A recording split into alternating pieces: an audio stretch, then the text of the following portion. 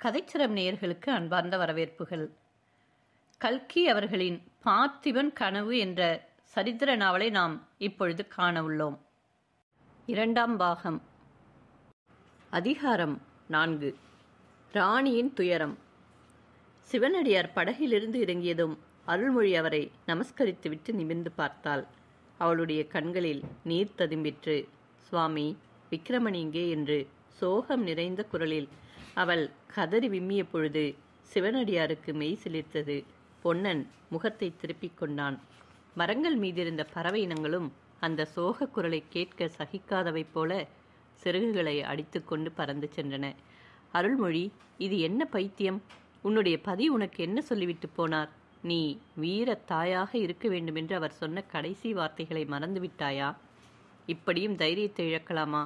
வா, அரண்மனைக்கு போய் சாவகாசமாக பேசலாம் என்றார் சிவனடியார். மாஞ்சோலைகளுக்கிடையே அமைந்திருந்த அழகிய பாறை வழியாக எல்லோரும் வசந்த மாளிகைக்கு போய் சேர்ந்தார்கள். ஒரு காலத்தில் எவ்வளவோ குதூகலமும் கொண்டாட்டமுமாக இருந்த வசந்த மாளிகை இப்பொழுது பொலிவிழந்து சூனியமாக காணப்பட்டது. அரண்மனை ஊழியர்களின் முகங்களும் கலையின்றி சோகம் நிறைந்து தோன்றின. மாளிகை முன்மண்டபத்திலே புலித்தோல் விரித்திருந்த உயரமான பீடத்தில் சிவனடியார் அமர்ந்தார். அருள்மொழி கீழே வெறும் தரையில் உட்கார்ந்தாள். அம்மா, உன் மனதை கலங்கவிடக்கூடாது என்று சிவனடியார் ஆரம்பித்த பொழுது அருள்மொழி அவரை தடுத்து துக்கம் பொங்கும் குரலில் கூறினாள். ஐயோ, மனதை கலங்கவிடக்கூடாது என்கிறீர்களே? மனதைத்தான் நான் கல்லாக செய்து கொண்டு விட்டேனே. என் தேகமல்லவா கலங்குகிறது. குழந்தையை நினைத்தால் வயிறு பகீர் என்கிறதே. குடல் எல்லாம் நோகிறதே. நெஞ்சை இறுக்கி பிழிவது போல இருக்கிறதே. நான் என்ன செய்வேன் சுவாமி? விக்கிரமனை காப்பாற்றுகிறேன் என்று வாக்கு கொடுத்தீர்களே, அந்த வாக்கை நிறைவேற்றினீர்களா? ஏன் நிறைவேற்றவில்லை அருள்மொழி? நிறைவேற்றித்தான் இருக்கிறேன். விக்கிரமனுடைய உயிரை காப்பாற்றித் தருகிறேன் என்று உனக்கு வாக்கு கொடுத்தேன். அவனுடைய உயிரை காப்பாற்றித்தான் இருக்கிறேன். விக்கிரமனை வீர மகனாக செய்வதாக அவனுடைய தந்தைக்கு வாக்களித்திருந்தேன். அதையும் நிறைவேற்றியே இருக்கிறேன் அம்மா. நீ மட்டுமன்று காஞ்சியில் பல்லவ சக்கரவர்த்தியின் நீதி சபையில் இருந்திருந்தாயானால் உடல் பூரித்திருப்பாய். சக்கரவர்த்தி எவ்வளவோ நல்ல வார்த்தை சொன்னார் விக்கிரமனுக்கு. பல்லவ சாம்ராஜ்யத்திற்குள் அடங்கி கப்பம் கட்டி கொண்டு வருவதாக இருந்தால் உன்னுடைய துரோகத்தை மன்னித்து சோழ நாட்டுக்கு பட்டம் கட்டுகிறேன் என்றார். விக்கிரமன் அணுவளவாவது மனம் சலிக்க வேண்டுமே. மலையைப் போல அசையாமல் நின்றான். அது மட்டுமா, சக்கரவர்த்தியே தன்னுடன் சண்டைக்கு அழைத்தான். நீர் வீரன் என்பது உண்மையானால் என்னுடன் வாட்போர் செய்ய வாரும். என்னை ஜெயித்து விட்டு பிறகு கப்பம் கேளும் என்றான். அவனுடைய கண்களிலேதான் அப்பொழுது எப்படி தீப்பொறி பறந்தது. அருள்மொழி, அதை பார்க்க நான் கொடுத்து வைத்திருந்தேன். நீதான் அந்த பாக்கியத்தை செய்யவில்லை. ஆவலினால் விரிந்த கண்களில் கண்ணீர் ததும்ப மேற்கூறி விவரத்தை கேட்டுக்கொண்டிருந்த அருள்மொழி கூறினாள். நான் பாக்கியமற்றவள்தான், அதற்கு சந்தேகமுன்ன. பதியை போர்க்களத்தில் பலி கொடுத்துவிட்டு இந்த உயிரை வைத்து கொண்டிருக்கிறேன். மகன் தேசப்பிரஷ்டனாகி கண்காணாத தேசத்திற்கு போன பிறகும் உயிர் வைத்து கொண்டிருக்கிறேனே சுவாமி. பல்லவ சக்கரவர்த்தி உறையூருக்கு வரப்போகிறார் என்று சொல்கிறார்களே, அது உண்மையா? அப்படி வந்தால் அவர் காலில் விழுந்து என்னையும் விக்கிரமனை அனுப்பி இடத்திற்கு அனுப்பிவிடுங்கள் என்று வேண்டிக் கொள்ளப் போகிறேன். என்ன சொன்னாய் அருள்மொழி? உன் புருஷனுடைய ஜன்ம சத்ருவின் காலில் விழுந்தா கெஞ்சுவாய்? வீர சொர்க்கத்தில் இருக்கும் பார்த்திபராஜா இதை அறிந்தால் சந்தோஷப்படுவாரா? யோசித்துப்பார். ஆமாம், அவர் சந்தோஷப்பட மாட்டார். நானும் அவருடைய சத்ருவிடம் பிச்சை கேட்கப் போக மாட்டேன். ஏதோ ஆத்திரப்பட்டு சொல்லிவிட்டேன். அவர்தான் என்னவெல்லாம் ஆகாசக்கோட்டை கட்டினார். கன்னியாகுமரியிலிருந்து இமய பர்வதம் வரையில் புலிக்கொடி பறக்க வேண்டுமென்று ஆசைப்பட்டாரே. அவருடைய பிள்ளைக்கு இந்த பெரிய தேசத்தில் இருக்கவும் இடமில்லாமல் போய்விட்டதே. பார்த்திப மகாராஜா வேறொரு மணக்கட்டையும் கட்டவில்லையா அம்மா? சோழ ராஜ்யம் கடல்களுக்கு அப்பாலுள்ள தேசங்களிலும் பரவ வேண்டுமென்று அவர் ஆசைப்படவில்லையா? ரகசிய சித்திர மண்டபத்தில் அவர் எழுதியிருக்கும் சித்திரங்களை கொஞ்சம் ஞாபகப்படுத்திக்கொள். அவருடைய ஆசை இம்மாதிரியா நிறைவேற வேண்டும்? விக்கிரமன் இன்று கடல்களுக்கு அப்பாலுள்ள ராஜ்யங்களை பிடிப்பதற்காக படையெடுத்தா போயிருக்கிறான். எந்த காட்டு மிராண்டி தீவில் கொண்டு போய் அவனை விட்டிருக்கிறார்களோ. காட்டிலும் மலையிலும் எப்படி அலைந்து கஷ்டப்படுகிறானோ. ஏன் என்னை ஏமாற்ற பார்க்கிறீர்கள் சுவாமி? உன்னை நான் ஒரு நாளும் ஏமாற்ற மாட்டேன் அம்மா. உன்னை ஏமாற்றி எனக்கு என்ன காரியமாக வேண்டும்?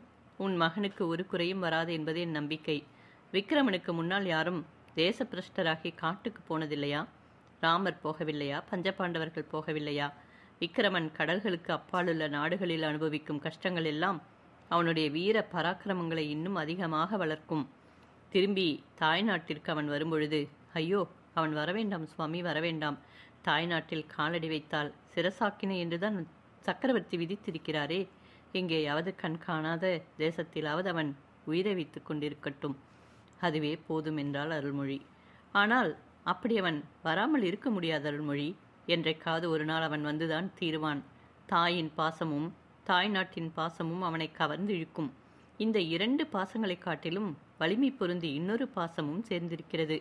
உனக்கு அது தெரிந்திருக்க நியாயமில்லை என்று சொல்லி சிவனடியார் நிறுத்தினார். என்ன சொல்கிறீர்கள் சுவாமி? ஆமாம், தாயின் அன்பையும் தாய்நாட்டு பற்றையும் காட்டிலும் பெரியதொரு சக்தியும் அவனை திரும்பவும் இத்தேசத்திற்கு வரும்படி இழுக்கும். அது ஒரு இளம் பெண்ணின் கருவிழிகளிலுள்ள காந்த சக்திதான் அம்மா. நான் இன்று பற்றை அறுத்த துறவியானாலும் பூர்வாசிரமத்தில் ஸ்திரீ பேர்மையினால் ஏற்பட்ட இன்பத் துன்பங்களை அறிந்தவன். இது என்ன சுவாமி நீங்கள் சொல்வது எனக்கு விளங்கவில்லையே. விக்கிரமனுக்கும் ஸ்திரீ பிரேமைக்கும் என்ன சம்பந்தம் என்று வியப்புடன் கேட்டாள் அருள்மொழி. சிவனடியார் புன்னகையுடன் கூறினார், ஒவ்வொரு தாயும் தன் மகனை பற்றி இப்படித்தான் வெகு காலம் எண்ணிக்கொண்டிருக்கிறார்கள். கடைசியில் நேருக்கு நேர் உண்மையை காணும் பொழுது திடுக்கிறார்கள். நீயாவது முன்னாலேயே தெரிந்து கொள். உன் மகன் விக்கிரமன் காஞ்சி நகரின் வீதியில் ஒரு கன்னியை சந்தித்தான். அவனை குறுக்கும் நெருக்குமாக சங்கிலியால் பிணித்து குதிரை மீது கட்டி கொண்டு போன போதுதான் அந்த சந்திப்பு ஏற்பட்டது. அந்த நிலையிலேயே அந்த பெண்ணும் தன்னுடைய உள்ளத்தை அவனிடம் பறிகொடுத்து விட்டாள். இது நான் கேட்டும் ஊகித்தும் அறிந்த விஷயம். ஆனால் நேரில் நானே ஒரு அதிசயத்தை பார்த்தேன். மாமல்லபுரத்து கடற்கரையில் விக்கிரமனை ஏற்றிச் சென்ற கப்பல் கிளம்ப கரையோரமாக செல்ல ஆரம்பித்த சமயத்தில் அந்த பெண் காஞ்சியிலிருந்து ஓடோடியும் வந்து சேர்ந்தாள். மறுபடியும் அவர்களுடைய கண்கள் சந்தித்தன, உள்ளங்கள் பேசிக்கொண்டன. காதலும் கனிவும் ததும்பி அந்த பெண்ணின் விசால நயனங்களை விக்கிரமனால் ஒரு நாளும் மறக்க முடியாது. இரவிலும் பகலிலும் விழித்திருக்கும் நிலையிலும் தூக்கத்திலே கனவிலும் அந்த பெண்ணின் மதிவதனம் அவன் முன்னால் தோன்றிக் கொண்டுதான் இருக்கும். எங்கே இருந்து எந்த தொழில் செய்தாலும் எத்தகைய இன்பத் துன்பங்களை அனுபவித்தாலும் விக்கிரமன் அந்த பெண்ணை மறக்க மாட்டான். என்றைக்காவது ஒரு நாள் அவளை பார்க்கும் ஆசையுடன் அவன் தாய்நாட்டிற்கு திரும்பி வந்தே தீருவான். இத்தனை நேரமும் திகைத்து உட்கார்ந்து கொண்டிருந்த அருள்மொழி, எனக்கு மிஞ்சியிருந்த செல்வமெல்லாம் என் பிள்ளையின் அன்பு ஒன்றுதானே, அதற்கும் ஆபத்து வந்துவிட்டதா? அந்த பெண் யார் சுவாமி என்று தீன குரலில் கேட்டாள். பல்லவ சக்கரவர்த்தியின் மகள் குந்தவி. ஆஹா, என் பதியினுடைய பரமச்சத்துருவின் மகளா சுவாமி? என்னமோ செய்கிறதே, தலையை சுற்றுகிறதே என்றாள் அருள்மொழி. அடுத்த கணம் தரையில் மூர்ச்சித்து விழுந்தாள். சிவனடியார் கேட்ட வரம். ராணி மூர்ச்சித்து விழுந்ததும் சற்று தூரத்தில் நின்ற தாதிமார் அலறிக்கொண்டு ஓடி வந்து அவளை சூழ்ந்தனர். சிவனடியார் நில்லுங்கள் என்று அவர்களை தடுத்து நிறுத்திவிட்டு தமது கமண்டலத்திலிருந்து தண்ணீர் எடுத்து அவளுடைய முகத்தில் தெளித்தார். உடனே மந்திர சக்தியால் எழுந்தது போல அருள்மொழி கண் விழித்து சிவனடியாரை பார்த்தாள். எனக்கு என்ன நேர்ந்துவிட்டது என்று மெலிவான குரலில் கேட்டாள். உனக்கு ஒன்றுமே நேரவில்லை. உன் மகனை பற்றி சொல்லிக் கொண்டிருந்தேன். அவனுக்கு ஒரு குறைவும் நேராது என்றும் நிச்சயம் திரும்பி வருவான் என்றும் சொன்னேன் என்றார் சிவனடியார். அருள்மொழி சற்று சிந்தனையில் ஆழ்ந்திருந்து விட்டு, இல்லை, ஏதோ மிகவும் வேதனை தரும் செய்தி ஒன்றை சொன்னீர்களே என்றாள். சக்கரவர்த்தியின் மகளை உன் மகன் பார்க்க நேர்ந்தது என்று கூறினேன். அந்த செய்தி உனக்கு சந்தோஷம் அளிக்கும் என்று எண்ணினேன். ஆமாம், நினைவு வருகிறது. ஆனால் அது சந்தோஷ செய்தியா? சோழ நாட்டின் மிகப்பெரிய விரோதி யாரோ, என்னுடைய பதியின் மரணம் எந்த கொடிய சத்ருவினால் ஏற்பட்டதோ, இன்று நான் இவ்விதம் ஆதரவற்று அனாதையாக இருப்பதற்கு யார் காரணமோ, அப்பேற்பட்ட பகைவனுடைய மகளை பார்த்தா என் மகன் மயங்கிவிட்டான். விக்கிரமன் உண்மையில் என் வயிற்றில் பிறந்த பிள்ளைதானா? கொஞ்சம் பொறு அருள்மொழி, அவசரப்பட்டு சாபம் கொடுக்காதே என்று சிவனடியார் சிறிது கலக்கத்துடன் கூறினார். அவர் மகா புத்திமானாக இருந்தும் அருள்மொழி இவ்வாறு பொங்குவாள் என்பதை எதிர்பார்க்கவில்லை என்றே தோன்றியது. இதோ பார், உன்னுடைய தீராத கோபத்திற்கு ஆளான நரசிம்மவர்மனுடைய மகள் அந்த பெண் என்பது உன் மகனுக்கு தெரியாது. அவர்கள் ஒருவரையொருவர் அருகில் நெருங்கியதும் இல்லை, ஒரு வார்த்தை பேசியதும் இல்லை. தூரத்திலிருந்தே ஒருவரையொருவர் பார்த்ததுதான். அவர்களுக்கு கல்யாணமே நிச்சயமாகிவிட்டது போல நீ கலக்கமடைய வேண்டாம் என்றார் பெரியவர். நல்ல வேளை, என் வயிற்றில் பாலை வார்த்தீர்கள். எங்கே அதுவும் அந்த பல்லவ சக்கரவர்த்தியின் சூழ்ச்சியோ என்று நினைத்தேன். விக்கிரமனை எங்கேயாவது கண்காணாத தேசத்தில் உயிர் வாழ்ந்திருக்கட்டும். பசிக்கு உணவு இல்லாமலும் தாகத்திற்கு தண்ணீர் இல்லாமலும் கஷ்டப்பட்டாலும் படட்டும். ஆனால் அவன் திரும்பி வரவும் வேண்டாம், எங்கள் பரம விரோதியினுடைய மகளின் மாய வலையில் விழவும் வேண்டாம். உன்னுடைய இருதய அந்தரங்கத்தை நன்றாக சோதித்துப்பார் அருள்மொழி. உன் மகன் சக்கரவர்த்தியின் மகளை மனம் புரிந்து கொள்ள வேண்டும் என்னும் விருப்பம் லவலேசமும் உனக்கு இல்லையா? அதெல்லாம் அந்த காலத்தில் சுவாமி, தங்களிடம் சொல்வதற்கென்ன? வெண்ணாற்றங்கரைக்கு போருக்கு போகும் முன்னால் அந்த மாதிரி ஒரு பைத்தியக்கார ஆசை என் மனதில் சில சமயம் தோன்றியதுண்டு. அவ்விதம் ஏற்பட்டால் சோழ வம்சத்திற்கும் பல்லவ குலத்திற்கும் உள்ள பகை தீர்ந்துவிடுமே என்று நினைத்ததுண்டு. ஆனால் எப்பொழுது என் பிராணநாதர் போர்க்களத்தில் உயிரை இழந்தாரோ அந்த சணத்திலேயே அந்த ஆசையை வேருடன் களைந்து எறிந்துவிட்டேன். இவ்வளவு நடந்துவிட்ட பிறகு என் மகன் சக்கரவர்த்தியின் மகளை கல்யாணம் செய்து கொள்வதை விட அவன் இறந்து விட்டான் என்ற செய்தியே எனக்கு மகிழ்ச்சியை தரும். அருள்மொழி, நீ அந்த குழந்தை குந்தவியை பார்த்ததில்லையே, அதனால்தான் இப்படியெல்லாம் வெறுப்பாக பேசுகிறாய். தாங்கள் பார்த்திருக்கிறீர்களா சுவாமி? பார்த்திருக்கிறேன், நெருங்கி பழகியும் இருக்கிறேன் அம்மா. என்னிடம் குந்தவிக்கு ரொம்பவும் பக்தி விசுவாசம் உண்டு. சிவஞான இன்பத்தின் சுவை கண்ட எனக்கு இந்த காலத்தில் வேறு எதன் மீதும் பற்று கிடையாது. ஆனால் அந்த குழந்தையின் பாசம் மட்டும் போக மாட்டேன் என்கிறது. அவளோடு 2 நாள் பழகிவிட்டால் நீயும் அவ்விதம்தான் அவளிடம் பாசம் வைப்பாய். வேண்டாம், எனக்கு ஒருவரையும் இனிமேல் பார்க்க வேண்டாம், பழகவும் வேண்டாம். இந்த உலகை விட்டு சென்ற என் பதியை மீண்டும் அடையும் நாளை நான் எதிர்நோக்கி காத்து கொண்டிருக்கிறேன். அருள்மொழி, ஒரு காலத்தில் என்னை நீ ஒரு வரம் கேட்டு வாங்கிக் கொண்டாய். அதன்படியே உன் மகனுடைய உயிரை காப்பாற்றினேன். உன் பதியின் மரண தருவாயில் நான் அளித்த வாக்கையும் நிறைவேற்றினேன். இதெல்லாம் உண்மையா இல்லையா? ஆமாம், உண்மைதான். அதற்கெல்லாம் பிரதியாக இப்பொழுது நான் உன்னிடம் ஒரு வரம் கேட்கப் போகிறேன். அதை நீ தட்டாமல் கொடுக்க வேண்டும். சிவசிவா என்று சொல்லிக்கொண்டு அருள்மொழி எழுந்து நின்று கை கூப்பி நின்றாள். சுவாமி, இவ்விதம் என்னை அபச்சாரத்திற்கு உள்ளாக்கலாமா? அடியாளிடம் தாங்கள் வரம் கேட்பதா? எனக்கு கட்டளையிட வேண்டியவர் தாங்கள் என்றாள். சரி, கட்டளையிடுகிறேன். அதை தட்டாமல் நிறைவேற்ற வேண்டும். தங்களுடைய வார்த்தையை நான் தட்டுவேனா? ஒரு நாளும் இல்லை. அப்படியானால் சொல்லுகிறேன் கேள். என்றைக்காவது ஒரு நாள் சக்கரவர்த்தியின் மகள் குந்தவி உன்னிடம் வருவாள். அவள் தாயில்லா பெண். தாயின் அன்பு இன்றி அவளுடைய இருதயம் உலர்ந்து போயிருக்கிறது. அதனால்தான் எனக்கு கூட அவள் மேல் அவ்வளவு பாசம். அந்த குழந்தை உன்னிடம் வரும்பொழுது அவளை நீ நிராகரிக்காதே. அன்புடன் உன் மகளைப் போல ஏற்றுக்கொள். உன் மனப்புண் ஆறுவதற்கு அது அனுகூலமாக இருக்கும் என்றார் சிவனடியார். அவருடைய கனிவு ததும்பிய குரலும் வார்த்தைகளும் அருள்மொழியின் மனதை உருக்கிவிட்டன. தங்கள் ஆணைப்படி நடக்க முயற்சி செய்கிறேன் சுவாமி. ஆனாலும் எங்கள் குலத்துக்கே ஜன்ம சத்துருவான ஒருவருடைய மகளிடம் நான் அன்பு செலுத்துவது எப்படி? தந்தை செய்த தீங்கிற்காக மகளை வெறுப்பது என்ன நியாயம் அம்மா? மேலும் இன்னொரு விஷயம் சொல்கிறேன் கேள். உன் மகனுடைய உயிரை காப்பாற்றும் விஷயத்தில் குந்தவிதான் எனக்கு மிகவும் ஒத்தாசையாக இருந்தாள். விக்கிரமனுக்கு மரண தண்டனை நேராமல் தடுப்பதற்கு அவள் எவ்வளவு பிரயத்தனம் செய்தால் தெரியுமா? இதுநாள் வரையில் தந்தையின் வார்த்தைக்கு மறுவார்த்தை பேசி அறியாதவள் விக்கிரமனுக்காக சக்கரவர்த்தியிடம் எவ்வளவோ சண்டை பிடித்தாள். அப்படியா சுவாமி? அந்த குழந்தையை பார்க்க வேண்டுமென்று எனக்கும் ஆசை உண்டாகிறது. ஆனால் அவள் எதற்காக இந்த அபாக்கியசாலியை தேடிக்கொண்டு வரப்போகிறாள்? இல்லை இல்லை, நீ அபாக்கியசாலி இல்லை. விக்கிரமனை போன்ற வீர புதல்வனை பெற்ற உன்னை அபாக்கியசாலி என்று சொல்ல முடியுமா? குந்தவியும் உன்னை தேடிக்கொண்டு வரத்தான் போகிறாள். சீக்கிரத்திலேயே வருவாள் என்றார் சிவனடியார். வயதான தோஷம்தான். அந்த நாளில் தமிழகத்தில் சைவ சமயமும் வைஷ்ணவ சமயமும் புத்துயிர் பெற்று தளிர்க்கத் தொடங்கியிருந்தன. இவ்விரு சமயங்களிலும் பெரியார்கள் பலர் தோன்றி திவ்ய ஸ்தல யாத்திரை என்ற விஜயத்தில் தமிழ்நாடெங்கும் யாத்திரை செய்து பக்தி சுடர் விளக்கு ஏற்றி ஞான ஒளியை பரப்பி வந்தார்கள். அமுதொழுகும் தமிழில் கவிதாரசமும் இசை இன்பமும் ததும்பும் தெய்வீக பாடல்களை இயற்றி வந்தார்கள்.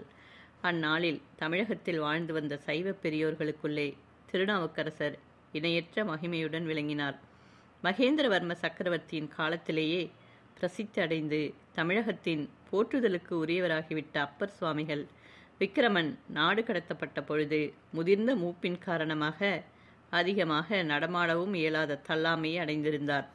அந்த தள்ளாத பிராயத்திலும் அவர் ஸ்தல யாத்திரை சென்றிருந்து சமீபத்தில் திரும்பி வந்திருக்கும் செய்தியை குந்தவி தேவி அறிந்தாள். அப்பெரியவரை தரிசிப்பதற்காக காஞ்சியில் பிரசித்தி பெற்று விளங்கிய சைவ மட ஆலயத்திற்கு ஒரு நாள் அவள் சென்றாள். முதிர்ந்து கனிந்த சைவ பழமாக விளங்கிய அப்பர் சுவாமிகள் சக்கரவர்த்தியின் திருமகளை அன்புடன் வரவேற்று ஆசி கூறினார். அவரை பார்த்து குந்தவி, சுவாமி, இவ்வளவு தள்ளாத நிலைமையில் எதற்காக தாங்கள் பிரயாணம் செய்ய வேண்டும்? தாங்கள் தரிசிக்காத ஸ்தலமும் இருக்கிறதா? எங்கே போயிருந்தீர்கள் என்று கேட்டாள். அதற்கு அப்பர், குழந்தாய், தில்லைப்பதி வரையிலே நான் போயிருந்தேன். பொன்னம்பலத்தில் ஆடும் பெருமானை எத்தனை தடவை தரிசித்தால்தான் என்ன? இன்னொரு முறை கண்ணார கண்டு இன்புற வேண்டுமென்ற ஆசை உண்டாகத்தான் செய்கிறது. அந்த ஆனந்த நடனத்தின் அற்புதத்தைத்தான் என்னவென்று வர்ணிப்பேன். அந்த பேரானந்தத்தை அனுபவிப்பதற்காக மீண்டும் மீண்டும் மனித பிறவி எடுக்கலாமே என்று கூறிவிட்டு பாதி மூடிய கண்களில் ஆனந்த கண்ணீர் பெருக பாசுரம் ஒன்றை பாடினார். பாட்டு முடிந்த பிறகும் அப்பர் சுவாமிகள் சற்று நேரம் மெய்மறந்து பரவச நிலையில் இருந்தார். முன்பெல்லாம் இப்படிப்பட்ட சந்தர்ப்பத்தில் குந்தவி பக்தி பரவசமடைந்து ஆனந்த கண்ணீர் பெருக்கியிருப்பாள். ஆனால் இன்றைக்கு அவள் மனம் அவ்வாறு பக்தியில் ஈடுபடவில்லை.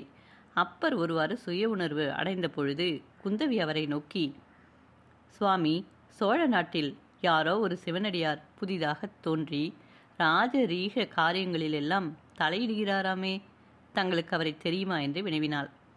அவளுடைய வார்த்தைகளை அரையுறையாகவே கேட்ட அப்பெரியார், என்ன குழந்தாய், சோழ நாட்டில் தோன்றியிருக்கும் சிவனடியாரை பற்றியா கேட்கிறாய்? ஆஹா, அவரை பார்க்கத்தானே அம்மா நான் முக்கியமாக யாத்திரை கிளம்பினேன். நான் அவரை பார்க்க வருகிறேன் என்று தெரிந்ததும் அவரே என்னை தேடிக்கொண்டு புறப்பட்டார். தில்லைப்பதியிலே நாங்கள் சந்தித்தோம். அந்த பிள்ளைக்கு ஞான சம்பந்தன் என்று பெயர். எவ்வளவு பொருத்தம்! பால்மணம் மாறாத அந்த பாலகனுக்கு எப்படித்தான் இவ்வளவு சிவஞான செல்வம் சித்தியாயிற்று? என்ன அருள்வாக்கு! அவர் தாய்ப்பால் குடித்து வளர்ந்த பிள்ளை இல்லை அம்மா, ஞானப்பால் குடித்து வளர்ந்த பிள்ளை. இல்லாவிட்டால் முகத்தில் மீசை முளைப்பதற்குள்ளே இப்படிப்பட்ட தெய்வீக பாடல்களை எல்லாம் வெள்ளமாக பொழிய முடியுமா என்றெல்லாம் அப்பர் பெருமான் வர்ணித்து கொண்டே போனார். குந்தவி பொறுத்து பொறுத்து பார்த்தாள். கடைசியில் குறுக்கிட்டு, சுவாமி, நான் ஒருவரை பற்றி கேட்கிறேன், தாங்கள் இன்னொருவரை பற்றி சொல்கிறீர்களே. நான் சொல்லும் சிவனடியார் முகத்தில் மீசை முளைக்காதவர் அல்லர், ஜடாமகுடதாரி, புலித்தோல் போர்த்தவர் என்றாள். குழந்தாய், நீ யாரை பற்றி கேட்கிறாயோ எனக்கு தெரியாது. ஜடாமகுடத்துடன் புலித்தோல் தரித்த சிவனடியார்கள் எத்தனையோ பேர் இருக்கிறார்கள். இந்த மட ஆலயத்திலேயே 100 பேருக்கு மேல் இருப்பார்கள்.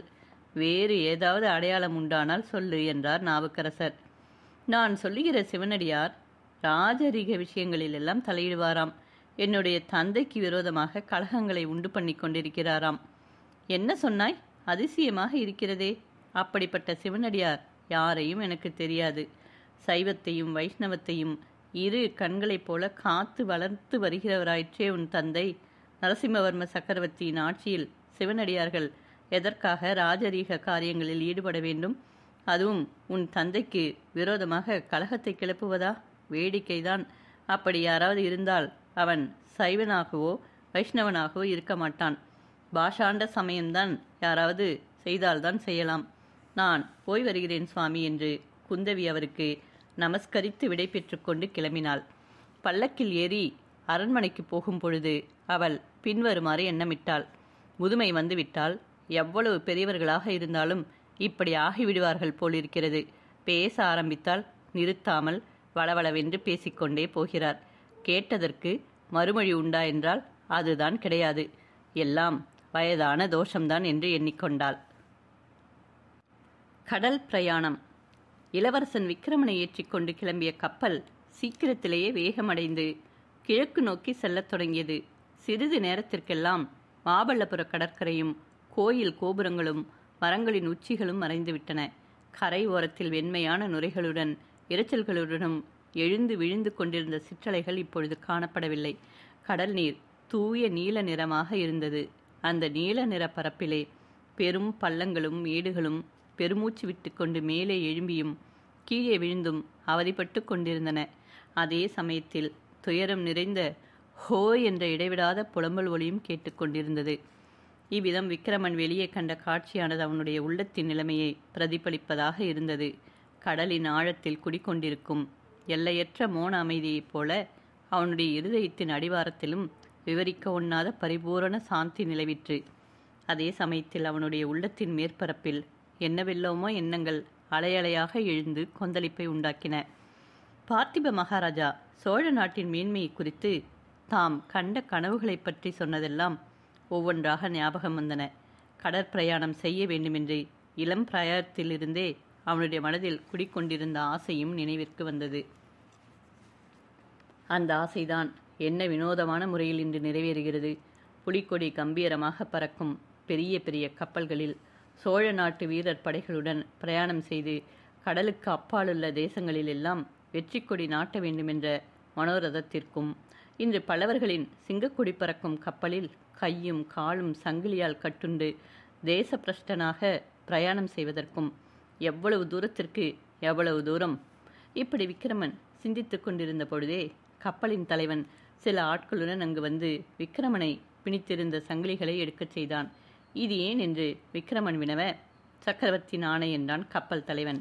என்னை எங்கே கொண்டு போகிறீர்கள் என்று விக்கிரமன் கேட்டதற்கு, இங்கிருந்து 12 நாள் பிரயாணத்தில் நடுக்கடலிலே ஒரு தீவு இருக்கிறது, அதன் அருகே தங்களை இறக்கிவிட்டு விட வேண்டும் என்று கட்டளை என்று மறுமொழி வந்தது. அங்கே வசிப்பவர்கள் யார் என்று விக்கிரமன் மேலும் கேட்டான்.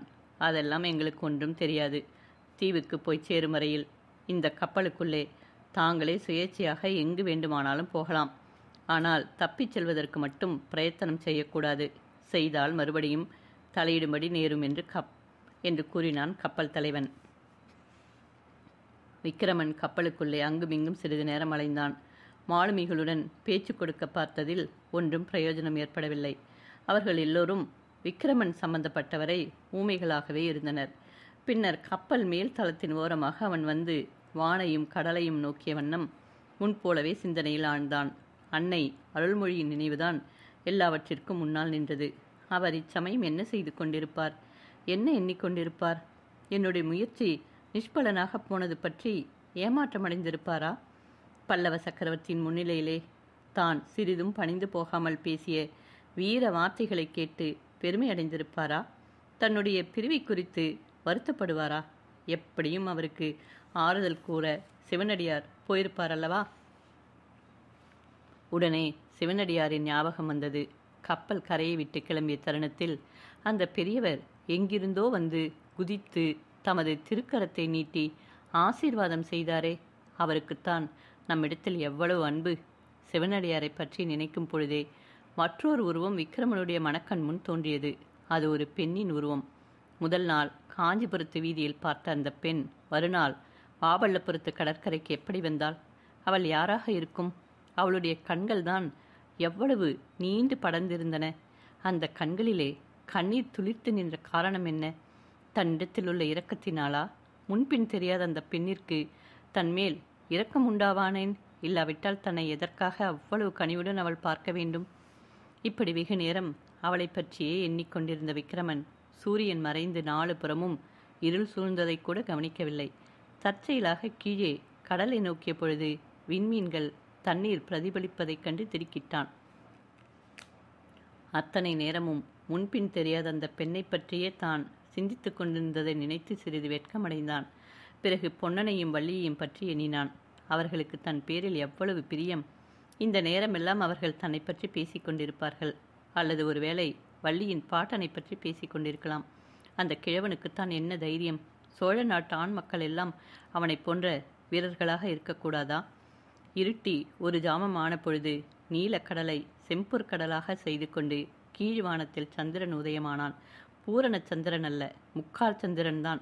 பார்ப்பதற்கு ஒரு பெரிய பொற்கிண்ணம் கடலில் இருந்து வெளிக்கிளம்புவது போல இருந்தது. முன்னம் பார்க்கடலை கடைந்த பொழுது இந்த சந்திரனாகிய பொற்கிரணத்திலேதான் அமுதம் வந்ததோ என்னவோ. இன்றும் அப்பொற்கிணத்திலிருந்து நிலவாகி அமுதம் பொங்கி போனமெல்லாம் பரவியதாக தோன்றியது. இந்த மோகன காட்சியை விக்கிரமன் பார்த்தான். கடலில் இருந்து எழும்பிய சந்திரபிம்பத்துடன் கூட அவனுடைய மனக்கண்ணின் முன்னால் அந்த பெண்ணின் முகம் மறுபடியும் எழுந்தது. இந்த உதயச்சந்திரனுடைய பொன்னிறம்தான் அவளுடைய முகத்தின் நிறமும். அது என்ன அழகான முகம் என்ற எண்ணம் அப்பொழுது விக்கிரமனுக்கு முதலாக தோன்றியது. அந்த பொன்முகத்தின் அழகை, அதை கவிந்திருந்த கருங்குந்தல் எவ்வளவு நன்றாக எடுத்து காட்டிற்று. நிகரில்லாத சௌந்தரியம் வாய்ந்தவள் அந்த பெண். சித்திரத்திலும் சிலையிலும் கூட அத்தகைய திவ்ய சௌந்தரியத்தை காண்பது அரிதுதான். அவள் யாராக இருக்கும்? 12 தினங்கள் சென்றன. அடிக்கடி குந்தவியை பற்றி சிந்தனையில் ஆழ்ந்திருந்த விக்கிரமனுக்கு இந்த 12 தினங்கள் போனதே தெரியவில்லை.